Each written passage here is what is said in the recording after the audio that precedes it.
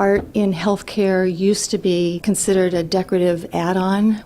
It's now very much considered a presence at the table in planning, and there's great value in what a visual piece of art can do. I'm Monica Hork, and I'm the art consultant for the University of Chicago Medicine, and also coordinate the Healing Arts program.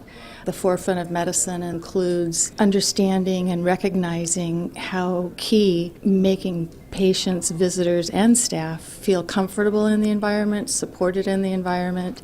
Art has so many just innate attributes that people respond to in a positive way.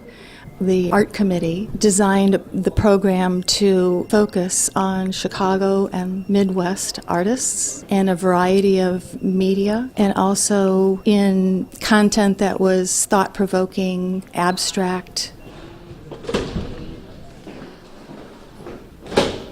The piece that we're looking at here is by a local artist, Louise Labourgeois. We were happy to have Louise in the collection as she lives and works here in Chicago. Her love and familiarity with Lake Michigan inspire the work that we see here. This piece in particular we loved for its richness and thought-provoking view. While we were installing this, a family member of a patient approached us and wanted to express her gratitude for the artwork in the building, saying that it was impossible to overstate the positive effect that the color and beauty had on the patients and others visiting them, and it made her feel that she was in a caring, nurturing environment instead of a sterile one. And she thanked us repeatedly for bringing this work and all the others into the building, which is music to our ears because that's the goal for the design of the program. So we're looking at a piece by Michiko Itani, who's a very well-respected School of the Art Institute alum. She's been a professor there since 1979 and basically is world-renowned. This piece is untitled from her Cosmic series. She often works in series and explores concepts in multiples. One of the reasons that she does that is she aspired to write fiction, and so doing series is likening each image to a chapter in her book.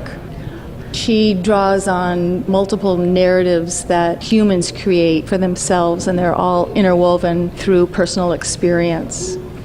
So she looks at challenging and complex and mysterious in her work and ultimately comes to a place of hope. And that's reflected in the colors she uses and the designs and all the components. And as she explained to me, if I have it correctly, the ring is representational of hope. And I've seen that ring in multiple works of this series, and it may also be in the other piece that we have of hers at the end of the hall. So what we're looking at here is Michiko Itani. Once again, it's a work from 2006, an oil on canvas, untitled, from the Cosmic Theater series. You can see the connection to the piece that we looked at before. She suggested this work for the medical center because she enjoyed and hoped that others would enjoy a playful side to it. And I think that is what you're potentially seeing in the color as well. And sports, there's so much drama and metaphor to sports that male, female, of any age can pause and think about in this work too.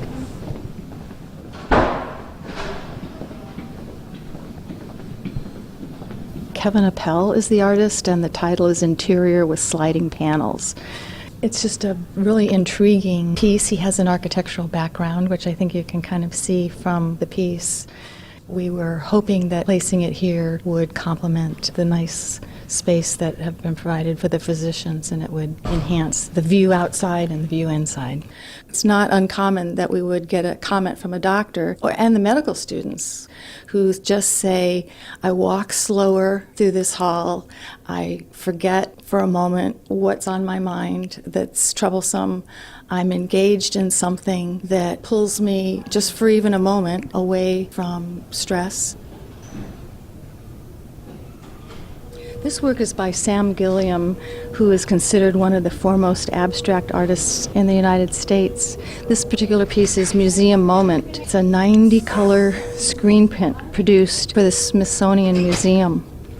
Gilliam works and lives in Washington, D.C., and is collected in many major institutions worldwide. We were thrilled to bring him to this collection because of the connection with his daughter, Dr. Melissa Gilliam, who helped us obtain these works. And so we're very happy to have his work here in the collection as well. We were fortunate to acquire 5 works by Sam Gilliam, and we have some in corridors, and we have one in the patient experience office, but we were very intentional about placing 2 of the works near a nurse's station because it's just as important to us to have significant works among the nurses who are so crucial to the care provided here. We often will print out information about the artist and leave it specifically for the nurses to engage them further and explain about the art and offer them something new that they might not have known about the art.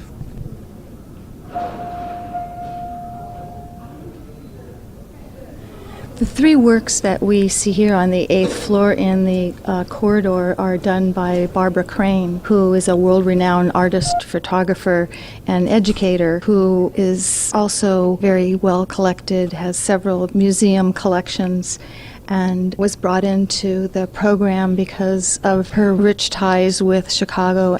Over the span of her 60-year career, she has had a passion for all things visual and explored many aspects of photography.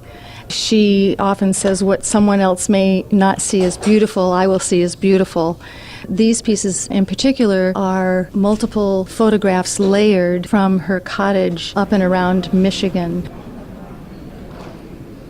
The work that we have in front of us is Anna Maria Hernando, titled Not a Wallflower, and it's this wonderful collage of acrylics, inks, oil, collage paper, printed paper with antique embroidery patterns, and then a varnish applied on top of that. Her paintings and prints are made through this painstakingly layered process of natural and formal elements, and with particular inspiration from women's handiwork. So this sculptural piece by Yvette Kaiser Smith, who received her MFA here from the University of Chicago, and her work is informed and inspired through mathematics, and she does these visual articulations of mathematics to generate these visual patterns through form and color. In her words, in terms of identity, math is an underlying principle in all of life, with numbers representing the human search for knowledge. It's pretty fascinating to think that she crochets fiberglass to create these works.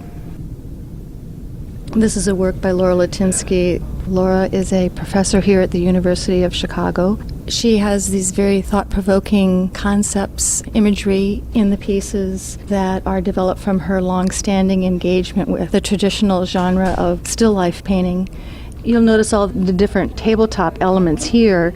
For this series, she references table from existing photographs, Martha Stewart magazines, from her old work, The Art of Friends, and actual objects, which makes it very thought-provoking.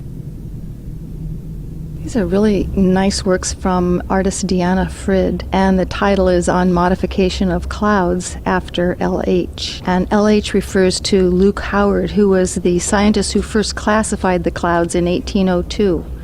And these works are inspired by that research and by Luke Howard. These are lithographs on chine collé and aluminum leaf. So they're collaged works, so they take quite a bit of time to produce. Currently, the number of art in the CCD is approximately 60, but the process is ongoing, and we have some key locations that are yet to be satisfied, and we're actively in the process of placing additional artists.